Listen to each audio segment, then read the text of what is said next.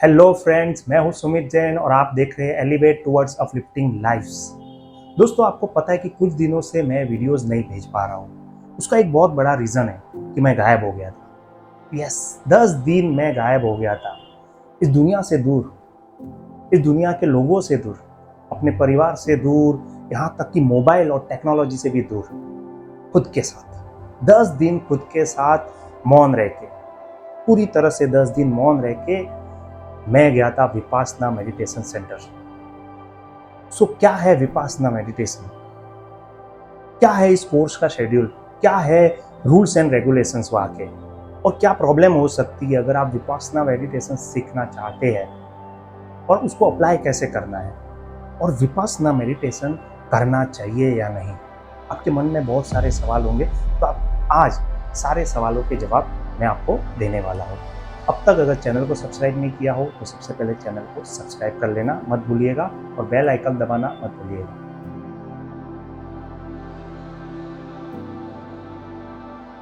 कुछ लोग विपासना मेडिटेशन बोलते, कुछ लोग विपश्यना टेक्निक बोलते हैं। सब लोग अपने अपने हिसाब से बोलते हैं। और क्या है विपश्यना टेक्निक? क्या है विपश्यना? का मतलब होता है विशेष प्रकार से देखना। दूसरे शब्दों में कहूँ तो साक्षी भाव से देखना, होश में देखना, होश में रह के अवेयर होके चीज़ों को देखना। सुबह से शाम तक हम होश में रहते हैं। मैं आपको अगर सवाल कहूँ कि सुबह से लेकर शाम तक आप जो भी काम करते हैं, क्या आप होश में रह के करते हैं? क्या आप प्रेजेंट में रह के करते हैं? या तो हम पास्ट में कोई घटना के बारे में सोचते हैं या फ्यूचर के बारे में सोचते हैं, मगर आप प्रेजेंट में रह के कुछ भी काम नहीं करते हैं। हमारा मन अपने काबू में नहीं है, वो पास्ट में भटकता है या फ्यूचर में भटकता है, मगर प्रेजेंट में रहना और उसके कंट्रोल करना बहुत मुश्किल हो जाता है।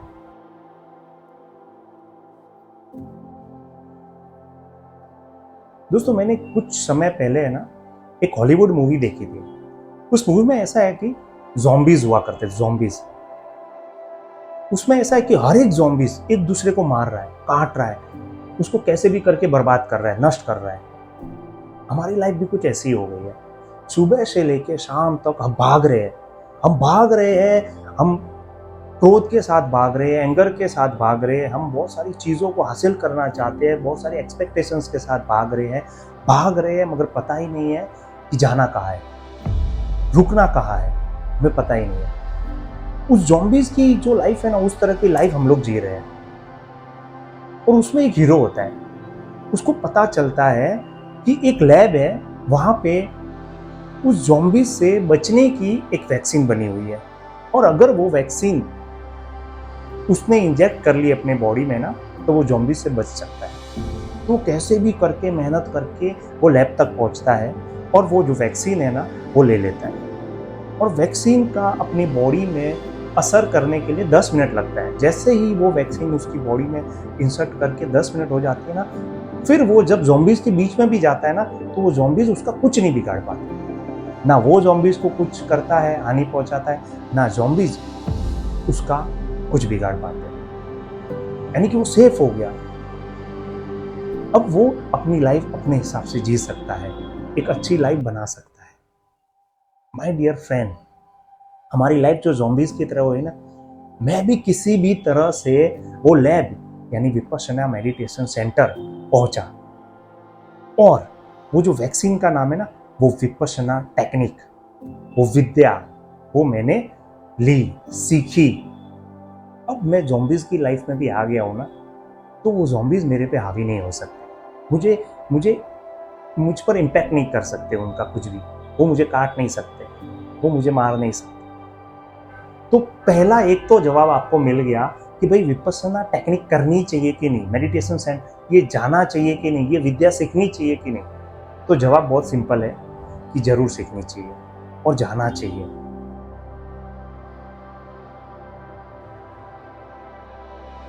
विपश्यना टेक्निक भारत की बहुत ही प्राचीन मेडिटेशन टेक्निक है, यानी कि ध्यान की विधि है। 2500 वर्ष पहले जब गौतम बुद्ध भगवान हुआ करते थे, उन्होंने ये टेक्निक की खोज की। और ये टेक्निक अपनी इनर जर्नी के बारे में, यहाँ पे आउटर जर्नी को डिस्कनेक्ट करके जब मैं 10 दिन वहाँ पे रहा, तब मेरी इनर जर्नी में, मेरी मतलब अंदर की दुनिया में मैं गया।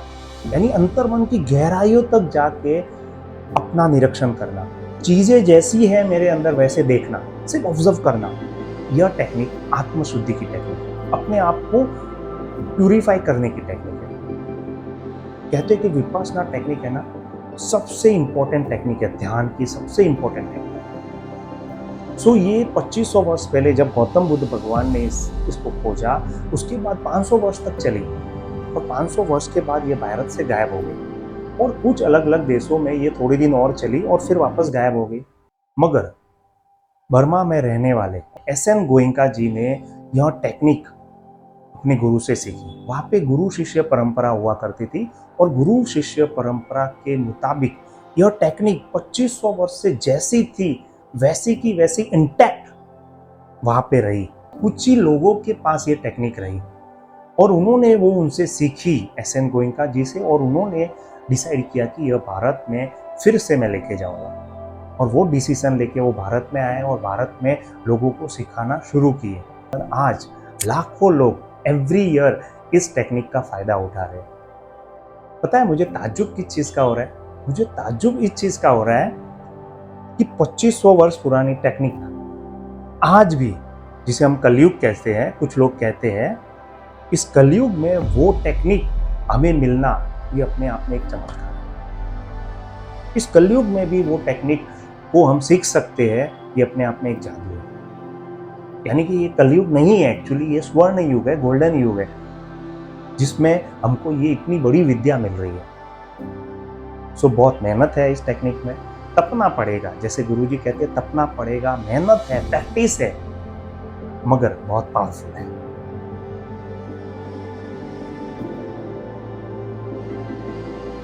विपासना मेडिटेशन सेंटर का शेड्यूल क्या है?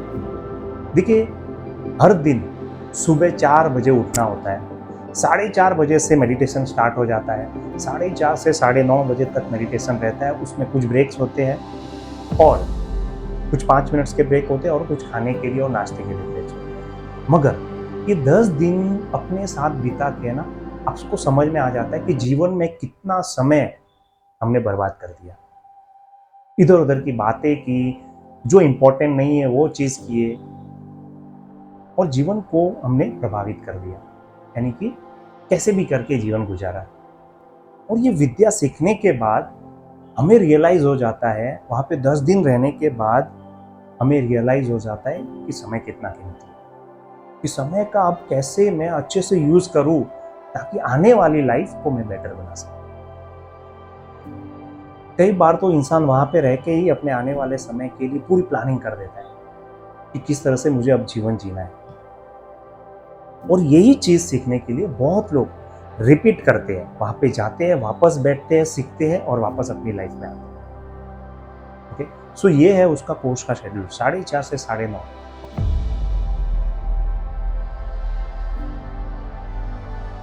अगर आप विपासना मेडिटेशन सेंटर में जाना चाहते हैं और जाते हैं, तो कुछ नियमों का पालन आपको स्ट्रिक्टली करना पड़ेगा।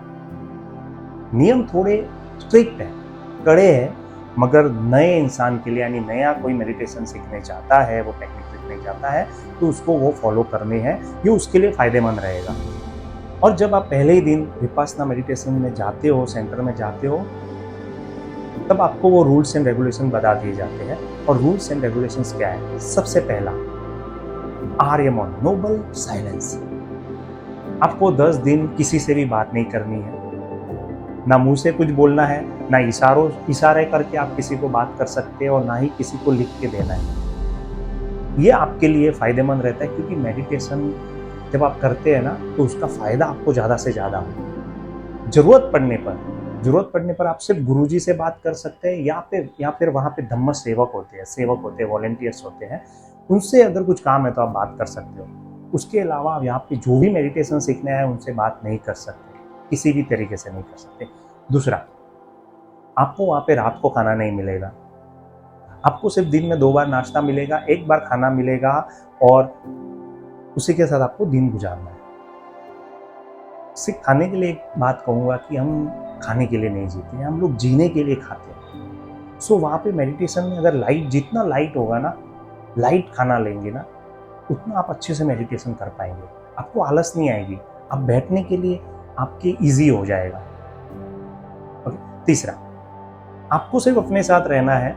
आपको कोई मोबाइल अलाउ नहीं करेगा, कोई भी इलेक्ट्रॉनिक गैजेट आपको अलाउ नहीं है, ना किताब अलाउ है, ना कोई पेन अलाउ है, ना कोई डायरी वगैरह आपके साथ रख सकते हैं। सिर्फ आप और आपका अनुभव। ओके। चौथा नियम वहां पे है कि आपको शील पालन करना पड़ेगा। शील पालन, पंचशील पालन करना पड़ेगा 10 दिन। जो इस प्रकार से है। पंचशील पालन क्या है वो मैं आपको बता देता हूँ कि पहला है, आपको 10 दिन तक झूठ नहीं बोलना है या कोई भी बात बढ़ा चढ़ा के नहीं बोलना है। ओके, गुरुजी या धम्म सेवक को, यानी कि आपको अगर कोई प्रॉब्लम नहीं है और आप झूठ बोल रहे हो कि मुझे ये प्रॉब्लम हो रही है, भूख नहीं लगी है, आप बोल रहे हो भूख लगी है, कुछ खाना है ये, तो आप इस तरह के कोई भी झूठ नहीं बोलना है। दूसरी बात, अहिंसा। 10 दिन तक आपको वहां पे किसी भी जीव को मारना नहीं या परेशान नहीं करना। यहाँ तक भी कि आप किसी मच्छर को भी आपको वहां पे मारना नहीं। तीसरी, 10 दिन तक आपको वहां पे कोई भी किसी भी प्रकार की चोरी नहीं करनी है। यहाँ तक कि आपका वो जो सेंटर है, वहाँ पे जो भी गार्डन है ना, उसमें पत्ती भी नहीं तोड़नी है या फूल भी नहीं तोड़ना है। चौथा, आपको 10 दिन ब्रह्मचर्य का पालन करना है, यानी कि ऑपोजिट सेक्स से दूर रहना है। वैसे भी वहाँ पे मेल और फीमेल का रहने का और खाने के लिए डाइनिंग हॉल सब कुछ अलग अलग है। नशा न करना। 10 दिन आपको किसी भी प्रकार का नशा नहीं करना। सो ये कुछ रूल्स एंड रेगुलेशंस है जो आपको वहाँ पे स्ट्रिक्टली फॉलो करने हैं।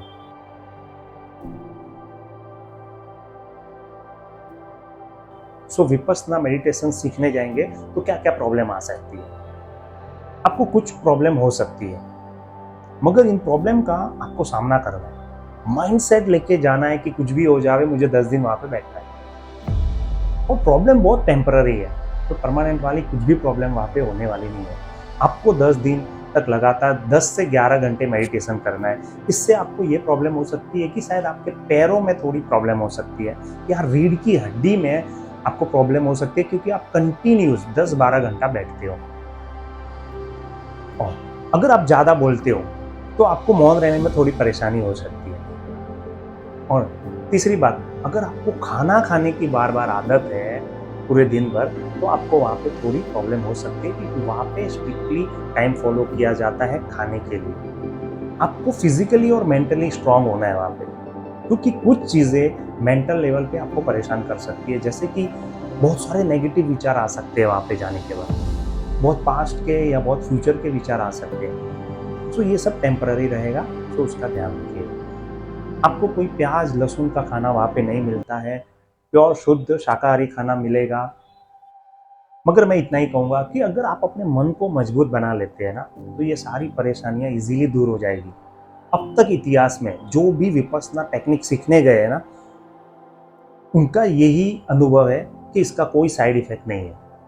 सिर्फ यही है कि अगर आप बहुत टाइम से बैठते हो, मेडिटेशन करने बैठते हो, तो आपके पैरों में और रीढ़ की हड्डी में थोड़ा पेन है, तो अब अगर आप 5 मिनट का ब्रेक भी ले लेते हो ना, तो आप रिलैक्स हो जाते हो। तो उसका कोई टेंशन लेने की जरूरत नहीं है। दोस्तों, एक लंबी जर्नी भी है ना, एक कदम से शुरुआत होती है। आप एक कदम रखो, दूसरा कदम रखो, तीसरा कदम रखो, जर्नी अपने आप पूरी हो जाएगी। आपको सब कदम एक साथ तो रखने की जरूरत नहीं है। सो बहुत इजी हो जाएगा। एक एक कदम चलते चलते जर्नी पूरी हो सकती है। सो ये सब प्रॉब्लम टेम्पररी है, उसके बारे में मत सोचो और जाओ।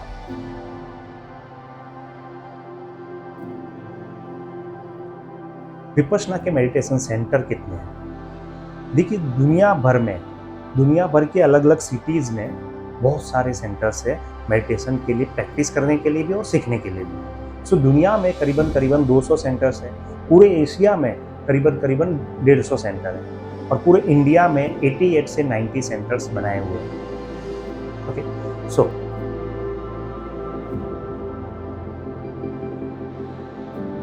हर एक सेंटर में आपको जिस सेंटर में जाना है, वहाँ के सेंटर की अलग से वेबसाइट है। उस वेबसाइट में जाइए और 10 दिन का कोर्स सिलेक्ट करिए। उसमें न्यू स्टूडेंट को सिलेक्ट कीजिए और एक फॉर्म है वो फिलअप कर दीजिए, और आपको एक कंफर्मेशन का मेल जब भी आएगा, उसके साथ एक लेटर अटैच होगा। उस लेटर का प्रिंट आउट निकाल के आपको जो टाइम लिखा हो उसमें उस टाइम के हिसाब से आपको वो सेंटर में जाना है, पहुंचना है, और फिर उसके बाद आपके जर्नी स्टार्ट हो जाएगी 10 डेज की। विपस्सना मेडिटेशन सीखने के लिए कोई भी धर्म का, कोई भी संप्रदाय का इंसान आ सकता है। आप चाहे हिंदू हो, मुस्लिम हो, सिख हो, ईसाई हो, पारसी हो, कोई भी इंसान जाके यह मेडिटेशन सीख सकता है, यह टेक्निक, यह विद्या सीख सकता है, और यह सबके लिए फ्री है, कोई भी चार्ज नहीं लेते हो। अंत में एक बार फिर से कहूंगा कि विपस्सना मेडिटेशन टेक्निक या विद्या कहने और सुनने और पढ़ने की बात नहीं है, यह अनुभव करने की बात है। अपनी इनर जर्नी है, इनर जर्नी में क्या क्या हो रहा है ना, वो देखने और अनुभव करने की बात है। दो बातें बहुत इंपॉर्टेंट है, प्रैक्टिस और अवेयरनेस। और हर इंसान को ये टेक्निक करनी चाहिए, क्योंकि दुनिया को एक बेटर, सुंदर दुनिया बनानी है, तो आपका योगदान होना चाहिए।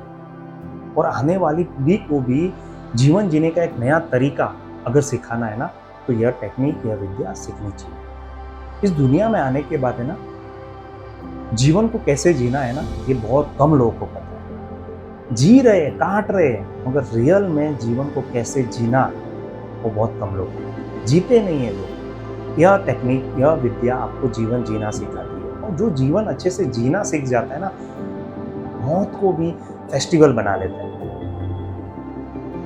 मेरी बातें आपको शायद अच्छी लगती होगी, मगर जैसा कि मैंने पहले कहा कि यह सुनना और देखना उसकी बात नहीं है, यह अनुभव की बात है। आप जब इसको अनुभव करेंगे ना, तब आप समझो कि आप विपस्सना टेक्निक सीख रहे हो, आप आगे बढ़ रहे हो। एक एक लेयर है ना, आप हटा रहे हो अपनी इनर जर्नी में, एक एक लेयर आप हटा के देख रहे हो कि नेक्स्ट लेयर में क्या है। एक लेयर हटा रहे हो, नेक्स्ट लेयर में क्या है, एक लेयर और हट गई, नेक्स्ट लेयर में क्या है। लेयर के बाद लेयर, लेयर के बाद लेयर, लेयर के बाद लेयर, यह टेक्निक है, यह विद्या है, अपने अंदर की जर्नी है। अब मेरा एक्सपीरियंस, माय डियर फ्रेंड, यह वीडियो काफ़ी बड़ा हो गया है, यह वीडियो में सिर्फ इतना ही, और नेक्स्ट वीडियो में मेरा खुद का एक्सपीरियंस मैं शेयर करूंगा कि मैं ये टेक्निक क्यों सीखने गया और मेरा अनुभव क्या है इस टेक्निक को लेके। अब तक अगर चैनल को सब्सक्राइब नहीं किया हो तो सब्सक्राइब कर लीजिएगा, और यह वीडियो आपको कैसा लगा जरूर फीडबैक दीजिएगा, और आपको अच्छा लगा हो ना तो अपने दोस्तों और अपने रिलेटिव्स को जरूर शेयर कीजिएगा। Thank you.